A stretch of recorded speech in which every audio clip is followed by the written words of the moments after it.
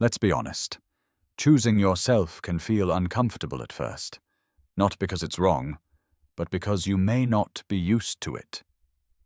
Carl Jung often reminded us that knowing yourself, really knowing yourself, is the foundation for living a grounded and authentic life.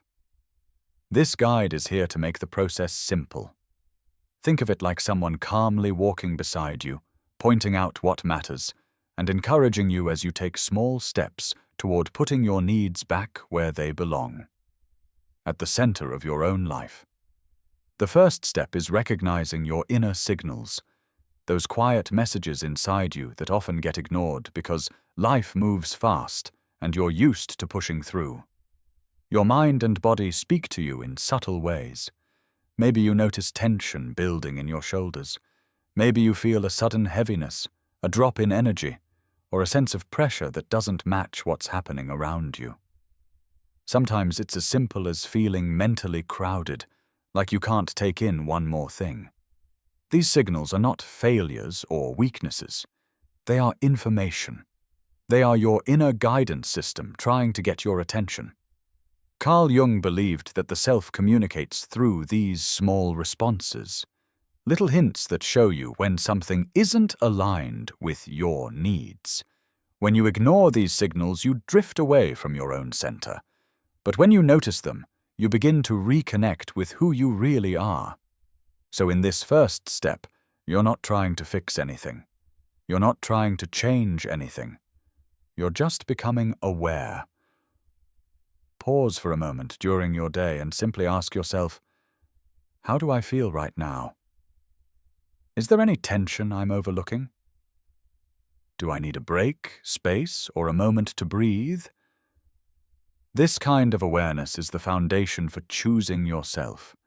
It's gentle, simple, and surprisingly powerful.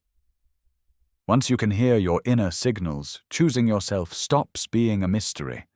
It becomes a natural response to what you truly need.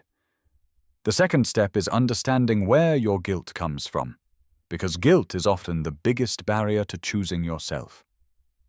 Many people feel guilty the moment they try to rest, set a boundary, or say they need time for themselves. But here's the important part. Most of this guilt isn't based on anything you're doing wrong. It usually comes from old habits, old expectations, or old messages you absorbed without even noticing. Guilt can feel automatic, almost like a reflex. You think about saying no, and guilt steps in before you even finish the sentence. But that reaction doesn't mean you've harmed anyone. It simply means you were taught, directly or indirectly, that your needs should come second or last. Carl Jung often spoke about the importance of making unconscious patterns conscious. This step is exactly that. You're bringing awareness to something that has been operating in the background for years. So ask yourself simple questions like, why do I feel guilty right now? Is this guilt truly mine, or something I learned? Does choosing myself here actually hurt anyone? Most of the time you'll find the guilt isn't logical. It's just familiar. As soon as you see guilt for what it really is, a leftover pattern, not a moral warning, it starts to loosen its grip. You begin to notice that taking care of yourself isn't selfish. It's reasonable. It's healthy. It's allowed. And once you understand that, choosing yourself becomes just a little easier. The third step is identifying your core needs, because you can't choose yourself if you don't know what actually matters to you. Most people move through life responding to everything around them without pausing to ask a very simple question. What do I need right now? It sounds basic, but this kind of clarity changes everything. Your core needs are the things that help you feel stable, steady, and grounded. They are the conditions that support your well-being, your focus, and your sense of balance. When these needs are ignored, life feels heavier. When they are met, things begin to feel lighter and more manageable. Carl Jung believed that knowing yourself is essential for becoming whole. Identifying your needs is part of that knowing. It's a direct way of understanding who you are and what helps you function at your best. You can start small. Ask yourself, what helps me feel calm? What helps me feel clear and centered? What do I need more of in my daily life? What drains me more than I realized? Write your answers down if it helps. Seeing your needs in simple words can feel surprisingly grounding. There is nothing dramatic about this step. It's quiet, honest, and real. And once you understand your core needs, choosing yourself stops feeling confusing. You're no longer guessing. You're responding directly to what supports your well-being. This step gives your choices direction. It gives your boundaries purpose. And it gives you a clearer picture of what choosing yourself truly means for you. The fourth step is separating your own voice from others' expectations, because it's almost impossible to choose yourself if you're still trying to satisfy every idea, rule, or standard placed on you by others. Throughout life, you pick up expectations from many directions: family, teachers, society, past environments, or even your own earlier beliefs about what you should be doing. Over time, these outside voices can become so familiar that you mistake them for your own. Carl Jung often highlighted the importance of becoming an individual, someone who can recognize what truly comes from within versus what has been taken on from the outside. This step is about doing exactly that.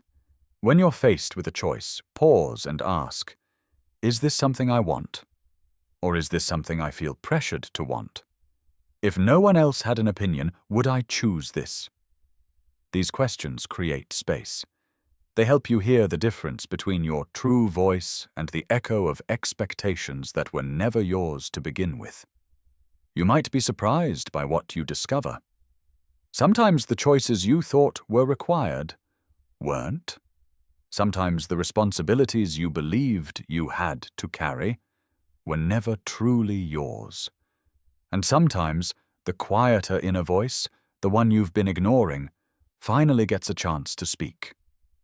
This step isn't about rejecting everything around you. It's about recognizing what aligns with your real self. Once you start hearing your own voice more clearly, choosing yourself becomes less of a struggle and more of a natural movement toward what feels right. The fifth step is practicing small acts of self-choice, because choosing yourself doesn't begin with big, life-changing decisions. It begins with small, everyday moments where you quietly say, "My needs matter too."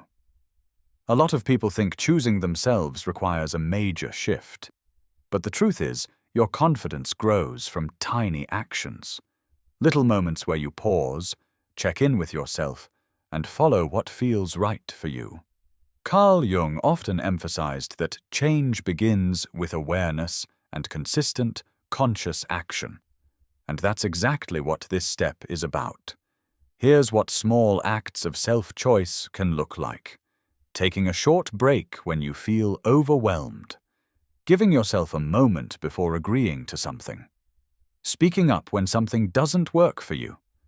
Allowing yourself a few minutes of quiet. Choosing what truly supports you instead of what you think you should do. These choices may look simple, but they send a powerful message to your inner self. I hear you. I'm paying attention. You matter. Each time you make a small choice that honors your needs, you're rewriting old patterns and strengthening your inner foundation. You're teaching yourself that it's safe, and even natural, to listen to what you need. Over time, these small choices start to add up. You begin to feel calmer, more grounded, and more in charge of your own direction. And when bigger decisions come along, choosing yourself feels less like a battle and more like the next logical step. This is where the shift truly begins. The sixth step is using clear and simple boundaries, because without them, choosing yourself becomes much harder. Boundaries are the lines you draw to protect your time, your energy, and your focus. They are not walls, they are quiet ways of saying, "This is what I need to function well." Carl Jung emphasized self-awareness and understanding your own limits. Boundaries are a direct way of applying that awareness. They let you act in alignment with your needs, instead of constantly stretching yourself to meet external pressures. Boundaries don't have to be complicated or dramatic. They can be as simple as, "I can't take that on right now. I need a few minutes to myself before deciding. I'm not available for that task today." Notice how calm and clear these statements feel. No over-explaining, no guilt, just simple communication of what you need. The key is consistency. Every time you honor a boundary, you reinforce the idea that your needs matter. Your inner self begins to trust that you will protect it, and others learn to respect your limits too. Boundaries also make other steps, like saying no or identifying your needs, easier. They create a safe space where you can practice self-respect without overthinking or hesitation. In short, boundaries are the quiet scaffolding of self-choice. They keep your life balanced and give you the freedom to act according to your own priorities. The seventh step is accepting that discomfort is part of growth. Choosing yourself can feel strange, even uncomfortable, especially at first. That's normal.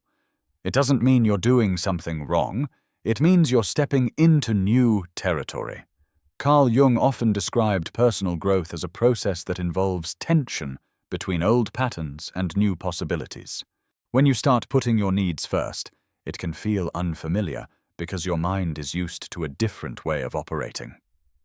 That tension, that's actually a sign that change is happening. Discomfort might show up as a sense of awkwardness when you say no, worry about what others might think, doubts about whether you're being selfish. Here's the key. Notice these feelings without judgment. Say to yourself, "I feel uneasy, but that's okay. This is part of learning to prioritize myself." When you allow discomfort to exist without letting it stop you, it begins to lose power over your choices. Step by step, you start to see that the uneasy feeling is temporary, while the clarity and balance you gain from choosing yourself is lasting. Accepting discomfort doesn't make it fun, but it makes it manageable. And over time, you learn that growth and discomfort often travel together, and that's exactly how real change happens. The eighth step is shifting from harsh self-talk to supportive self-talk. A lot of the guilt and resistance you feel when choosing yourself comes from the way you talk to yourself. If your inner voice is critical, impatient, or judgmental, it can make even small acts of self-care feel wrong or undeserved. Carl Jung emphasized understanding and integrating all parts of yourself. That includes how you treat yourself mentally.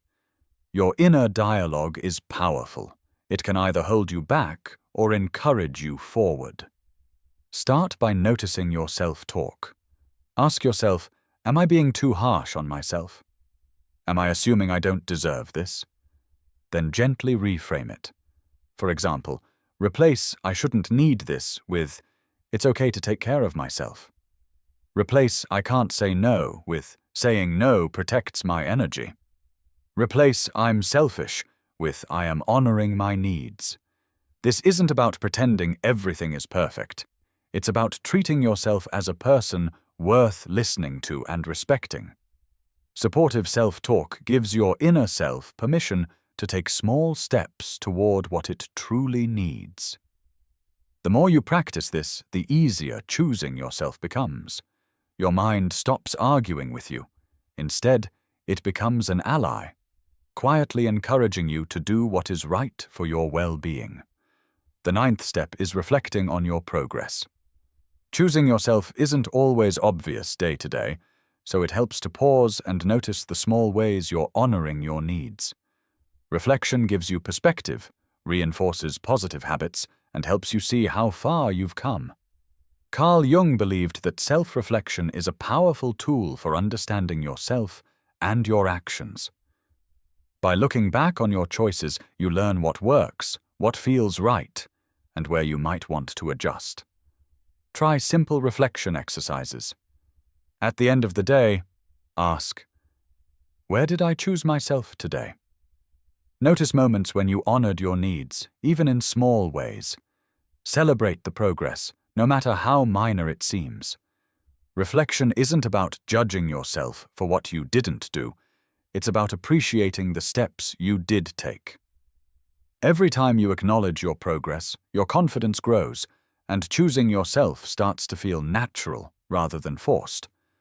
Over time, this habit of checking in strengthens your awareness and helps you make choices that support your well-being consistently. The 10th step is committing to ongoing self-respect. Choosing yourself isn't a one-time event. It's a practice, a way of life. Every time you notice your needs, honor your limits, or speak up for yourself, you're reinforcing a deeper understanding.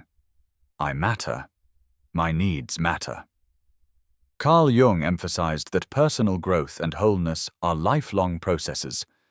Committing to yourself doesn't mean you'll never make mistakes or feel guilty. It means you keep returning to the choice of valuing yourself, even when it's uncomfortable. This commitment can be simple. Start your day reminding yourself that your choices are valid. Check in with your boundaries regularly. Celebrate small victories where you honored yourself. Over time, this ongoing practice strengthens your inner voice and reduces guilt naturally. Choosing yourself becomes not just an action, but a habit, a rhythm in your life. But what if guilt still arises? Even after practicing all 10 steps, guilt can still pop up. And that's completely normal. Old habits take time to change, and your mind may occasionally whisper things like, I should say yes, even if I don't want to. I'm being selfish by taking time for myself. I'm not doing enough for others. When guilt arises, don't try to push it away or beat yourself up for feeling it. Instead, notice it and respond intentionally. Here are some practical ways to handle it. Pause and breathe. Take a slow breath and simply acknowledge the feeling. I feel guilty right now. Example: you said no to a request from a colleague and guilt shows up. Stop for a moment, notice the feeling, and breathe before reacting further. Name the source. The second thing you can do it to name the source. Ask yourself, is this guilt based on a real problem, or is it an old habit or expectation? Example: you feel guilty for taking a break. Realizing it's not because someone will truly be harmed, but because of an old pattern of overworking, can make the guilt feel lighter. Third, reframe the thought. Replace self-critical thoughts with a supportive reminder.